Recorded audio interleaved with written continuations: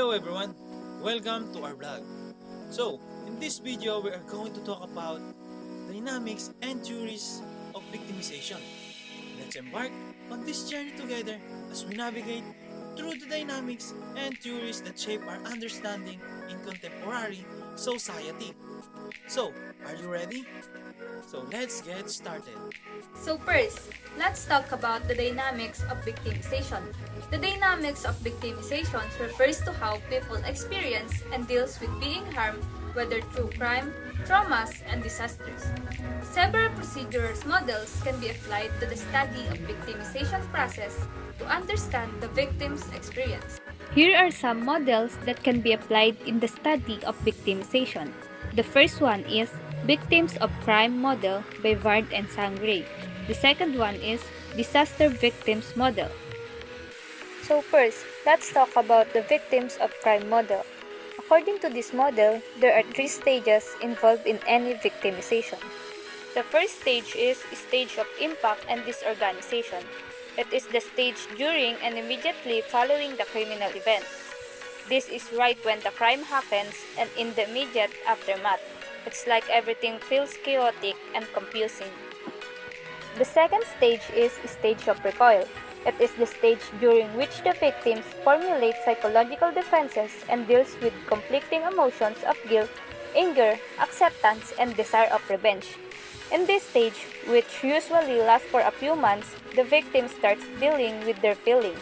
They might feel guilty, angry, or want revenge. It's like their mind and emotions are trying to cope with what happened. The third stage is the organization stage. It is the stage during which the victim put his or her life back to healthy daily living. However, some victims may not successfully adapt the victimization experience and maladaptive reorganization stage. This is when things start getting better. Victims work on putting their lives back together and trying to go back to their normal routines. But for some people, this stage can be tough, and they might struggle to fully recover from what happened. Let's imagine you or someone experiences a theft. First, right after the theft happens, everything feels really messy and upsetting for that person. Just like the impact and disorganization stage, it's like feeling shocked and lost immediately after realizing something important was taken. Then, as time passes, the person might start feeling different emotions. They might feel guilty for not being more careful or angry at the thief.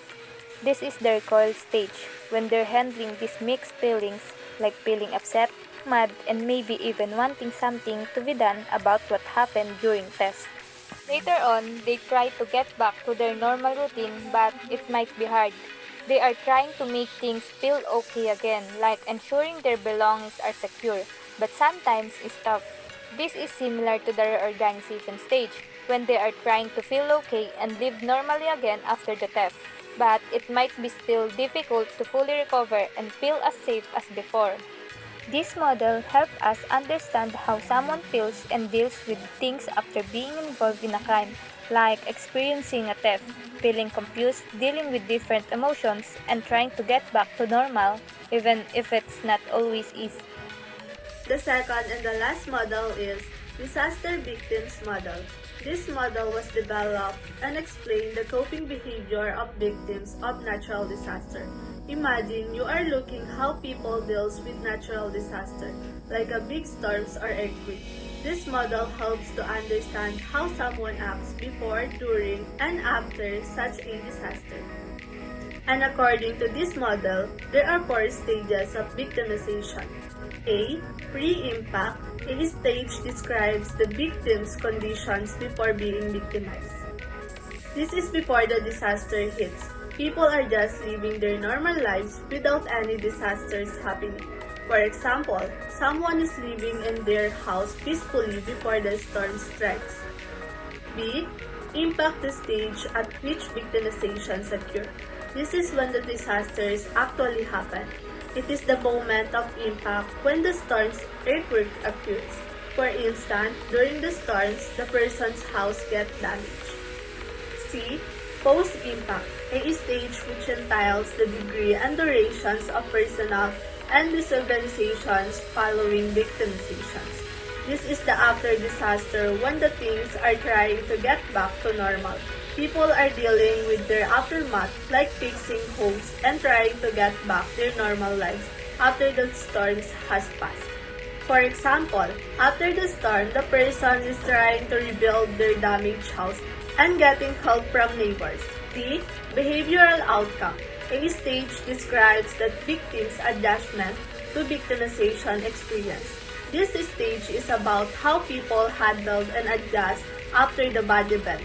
For examples, some individuals might exhibit reliance, quickly adapting and engaging in community efforts to rebuild, while others might struggle with traumas and requires prolonged support. And now, let's talk about the factors of victimizations. It includes the following. Number 1, hedonism. Number 2, materialistic culture. Number 3, sex values. Number 4, decay of disciplines. And number 5, public of morality. First, let's talk about hedonism. This means seeking pleasure and avoiding pain as much as possible. It's like wanting to have fun all the time and not really worrying about other things. For example, always wanting to do things that make you happy without thinking much about the consequences. The second one is materialistic culture. This refers to society where people focus a lot on having and owning things. It's when people care a lot about buying and owning stuff, thinking that having more things make them happier or better than others. Like thinking that having the newest phone or clothes is really important. The third one is sex values. This is about how society sees and thinks about things related to sex. It's about what people believe and accept about relationship, intimacy, and personal choices regarding sex. For instance, it includes ideas about when it is okay or not okay to have relationship or to how people should behave on those situations. The fourth one is decay discipline. This means a decline or weakening of a rule in order to help people behave in a good way.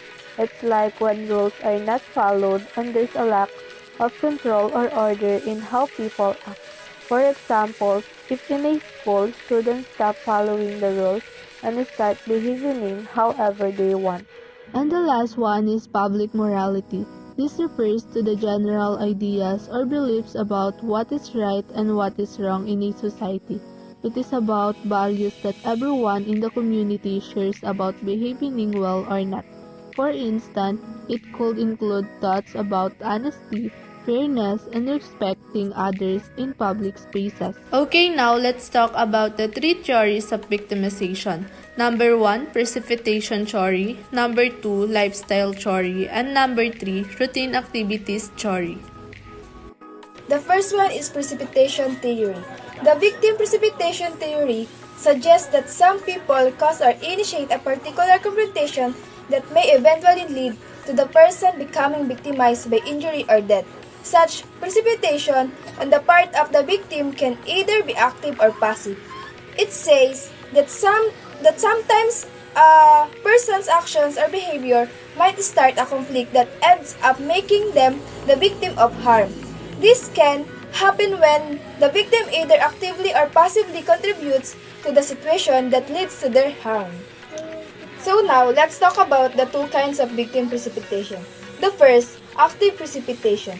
It exists when the victim knowingly acts proactively uses fighting words or threats or attack first. For example, 1. Some using offensive language or making threats that instigate a fight.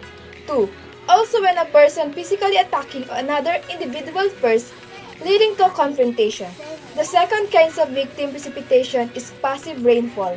However, occurs when the victim contains a characteristic that knowingly motivate or threaten the attacker. Here are some examples. 1. Carrying valuable items like smartphones and jewelry in public, attracting thieves without intentionally provoking them. 2. Unknowingly causing jealousy or resentment due to personal success or achievements leading to any drive-in harm. 3. Unknowingly displaying vulnerability or lack of self-defense skills making oneself an easier target for potential attackers. The second theory is lifestyle theory. Many criminologists believe that those whose lifestyle increases criminal exposure are more likely to become victims of crime. Behaviors such as going out late at night, associating with younger men, and residing in cities increases the chances of falling victim to crime.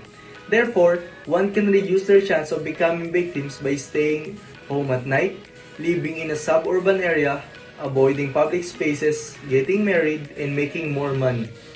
Therefore, the lifestyle theory holds that crime is not random, but is a function of an individual's chosen lifestyle. Imagine this. You have different ways to live your life, like where you go, who you hang out with, and where you live. The lifestyle theory in criminology says that some of these choices might make you more likely to become a victim of crime. For example, if you often go out late at night, live in a big city, or spend time with certain groups, it might increase the chances of something bad happening to you. The theory suggests that you can reduce this risk by staying home more often, living in safer areas, avoiding crowded places, getting married, or having more money. Basically, the lifestyle theory says that crime isn't just something that happens randomly to anyone. Instead, it suggests that certain choices we make in our lives might increase or decrease the chances of being a victim of crime. Take note, the theory concludes that the volume and distribution of predatory crime is linked to three variable interactions that present typical routine activities executed in a traditional American lifestyle by Siegel 2006 P80.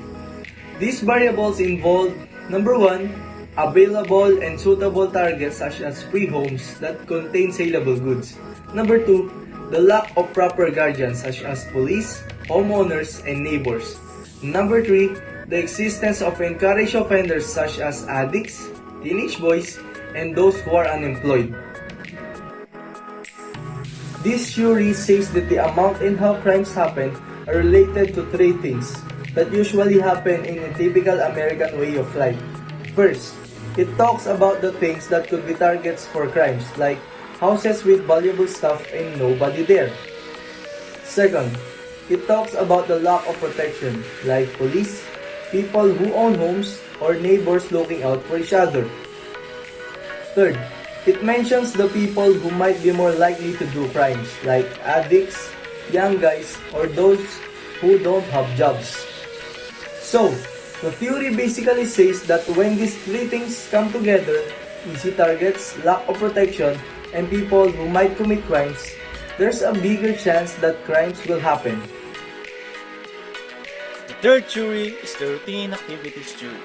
It also focuses on lifestyle.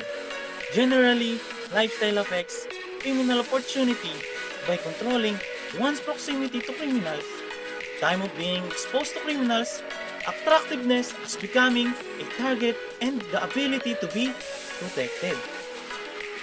Imagine, you have a daily routine like going to school, playing with friends, and coming home.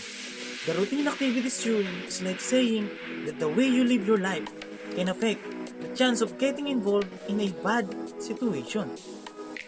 For example, if you spend time in places where there might be people who do bad things, it could increase the chance of being near them.